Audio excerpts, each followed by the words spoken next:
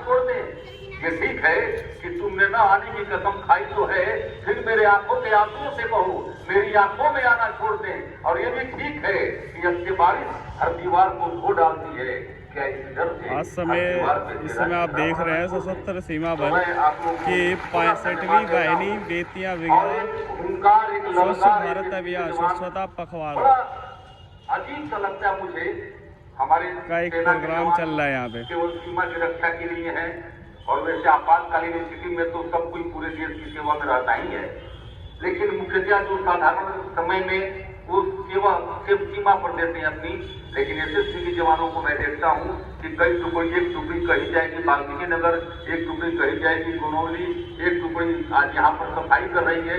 विविध आयाम, विविध रूपों में अपने आप को स्थापित किया है एसएसबी ने।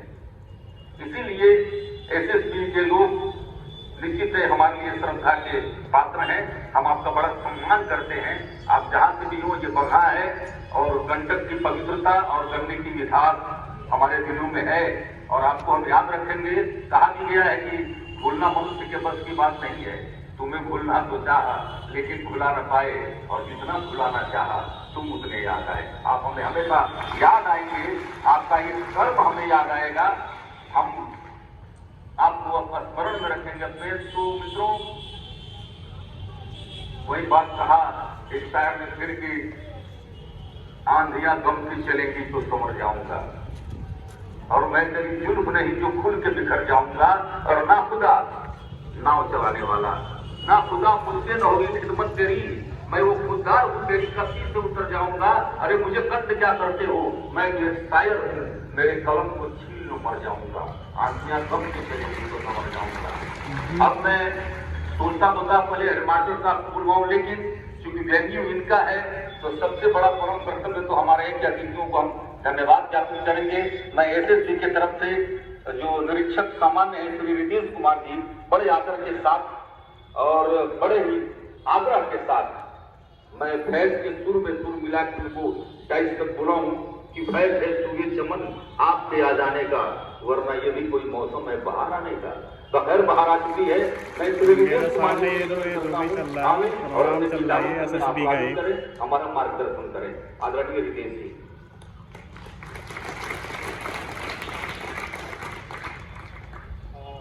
परम आदरणीय प्रिंसिपल सर और जितने हमारे भविष्य निर्माता शिक्षकगण यहाँ पर उपस्थित हैं, और साथ में हमारे देश की जो भविष्य जो होने वाली पीढ़ी है जो यहाँ से निकलेगी और विभिन्न आयामों में देश को सेवा देगी और देश को प्रगति पथ पर अग्रसर करेगी, हमारे छात्र साथियों। और साथ ही हमारे छात्र साथियों के साथ जो हमारे बल में हमारे नए सदस्य उपस्थित हुए हैं, आप ही के जैसे अभी 4-5 महीने से हमारे बल के सदस्य हैं, हमारे जवान साथी। बड़ा ही अच्छा मौका है। एक बार फिर लगता है जैसे मैं अपने पुराने दिनों में पहुंच गया। आप ही के जैसा सेम ड्रेस, और इसी तरीके से हम बैठा करते थे और इसी तरीके से सुना करते थे जो आते थे हमारे अतिथि। तो पुरानी यादें ताजा हो गई। तो सबसे पहले तो पुरानी यादें ताजा करने के लिए आप लोगों का धन्यवाद।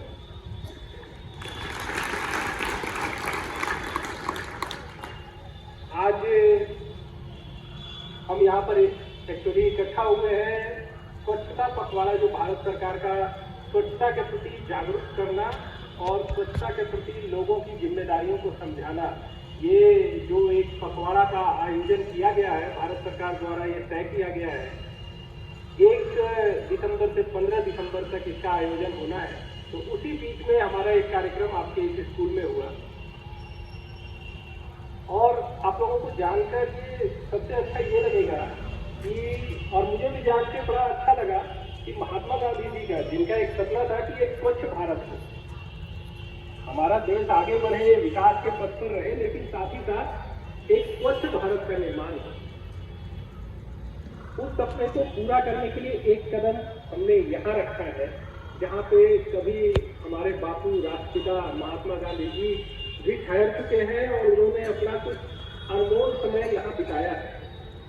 साथ ही साथ देश के जो शहीद आजम कहे गए भगत सिंह जी, उनके भी कदम, पवित्र कदम यहाँ पर पड़े हैं, तो गौरव का विषय ये भी है कि हमें एक मौका मिला कि इस पवित्र जगह को पवित्र बनाए रखने में थोड़ा सा योगदान है। तो ये हमारे लिए गौरव करने की बात है। बच्चों, स्वच्छता का ऐसा है कि स्वच्छ जो शरीर होता है, स्वस्थ शरीर होता है, स्वच्छ वातावरण होता है, वहाँ की मानसिकता, वहाँ सोचने की शक्ति, विकास करने की शक्ति अपने आप ही आ जाती है। और एक स्कूल में इसका आयोजन करने का एक कारण ये भी है कि आप लोग भविष्य में पता नहीं कितने लोगों से जुड़ेंगे, और मुझे उम्मीद है कि आप जिनसे भी जुड़ेंगे, जिनसे भी भविष्य में आगे जुड़ेंगे, उन सबको स्वच्छता के प्रति जागरूक करेंगे। और जब भी हम लोगों को फिर मौका मिलेगा इस स्कूल में आने का, तो मुझे उम्मीद है कि मैं ये देख पाऊंगा कि आपने इस अभियान से कुछ सीखा है, और आपका विद्यालय आज जितना स्वच्छ है, 10 से ज्यादा स्वच्छ होगा।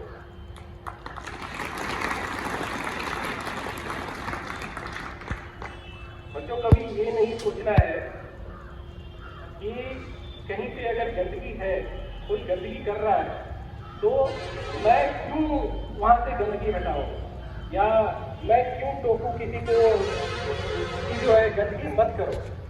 ऐसा कभी नहीं सोचना।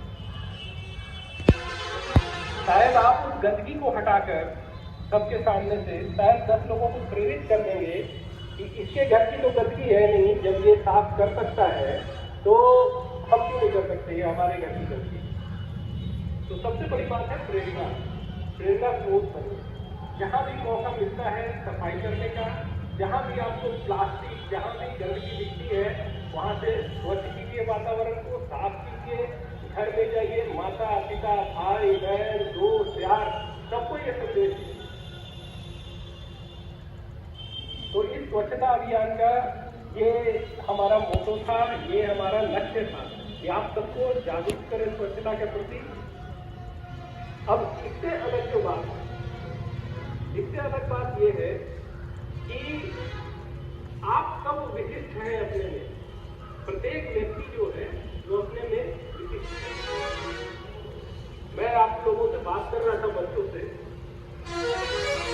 विश्वास की कमी है आप लोगों में, विश्वास की कमी है, आत्मविश्वास की कमी है।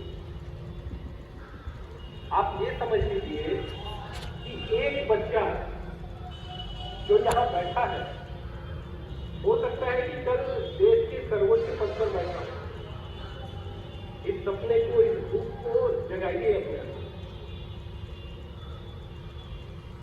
जिस दिन आपके अंदर से ये भूख जग गया ना, मुझे ये मैं 100% श्योर हूँ कि आप जो बच्चे यहाँ बैठे हैं, उनके माता पिता कोई बड़े घर से या कोई बड़े लोग नहीं है ना। तो पहली बात कि आपको अपना जीवन संवारना है, देश का भविष्य बनाना है, और जो सबसे इम्पोर्टेंट बात है कि आप अपने माता पिता के कर्म, जो वो आपको यहाँ तक भेजने के लिए कर रहे हैं, जो कष्ट उन्होंने किया है, उसको अगर याद करके अगर आप अपने कदम आगे की तरफ बढ़ाएंगे, तो दुनिया की कोई ताकत नहीं है जो आपको रोक पाए। आगे बढ़िए, देश का भविष्य बनाइए। जरूरी नहीं है कि हम ऊंची ऊंची बिल्डिंगों में और बड़े बड़े स्कूलों से पढ़कर ही यहाँ तक पहुँचे। मैं भी आपके जैसा सरकारी स्कूल का स्टूडेंट रहा, बचपन से लेके पूरा टाइम सरकारी स्कूल में बिताया है। तो ये जरूरी नहीं है कि बड़े बड़े स्कूलों से ही अच्छे लोग निकलें। आप भी निकलेंगे, अपने अंदर आत्मविश्वास पैदा कीजिए। आपके स्कूल में सुविधाएं बड़ी अच्छी हैं। मैंने आपकी व्यायामशाला देखी, एनसीसी कैडेट्स भी इंटरेस्टेड है, सर लोग भी इंटरेस्टेड। सबसे बड़ी बात है कि सर लोग इंटरेस्टेड हैं। आप लोग अपना योगदान दीजिए। सर लोगों का के जो की विशेषताएं हैं, उनका पूरा दोहन कीजिए। हम लोगों के जो टीचर्स होते थे, वो सोचते थे तुम बेवकूफ स्टूडेंट हो। जिस स्टूडेंट ने अपने शिक्षक का दोहन नहीं किया, तो फिर वो क्या स्टूडेंट था। निकाल लीजिए जितना निकाल सकते हैं, बहुत कुछ भरा है, आप निकालिए। आप लोगों को एक बार फिर मैं आपके सुखद भविष्य के लिए मैं कामना करता हूँ। और आपको बेस्ट विशेष देता हूँ अपनी।